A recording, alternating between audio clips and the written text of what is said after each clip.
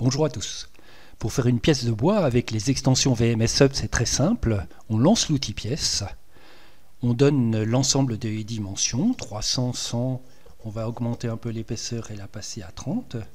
On va faire une seule pièce, on va choisir un matériau et on génère la pièce. La pièce est créée, c'est donc relativement simple. Le problème, c'est que si on s'est trompé, mes anciens patrons m'auraient dit il faut faire bien du premier coup, cela étant, on arrive à se tromper. En cas d'erreur, on sélectionne la pièce et soit avec un clic droit souris redimensionner, soit en cliquant sur le menu VMS Up Tools, on fait apparaître la pièce avec ses dimensions. Apparaissent son repère et les trois dimensions de la pièce. On peut facilement changer les dimensions, 350 sur 150.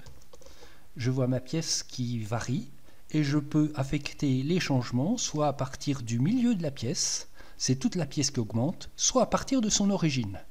Il me suffit alors de cliquer redimensionner et ma pièce est redimensionnée. Avec la version 2.5 qui sera prochainement mise en ligne, on peut taper des expressions arithmétiques, par exemple plus 12 et ici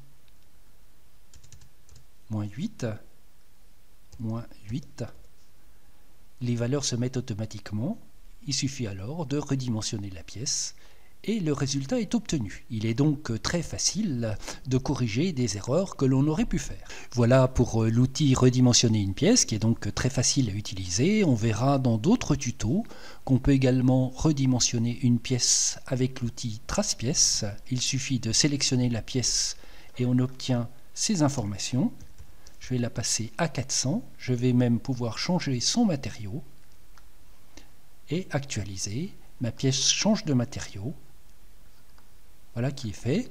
Et on verra également qu'on peut redimensionner une pièce avec l'outil Adaptea. Il suffit de cliquer une face et de la changer.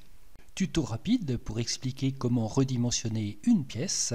Bonne utilisation des extensions VMS Up et à très bientôt.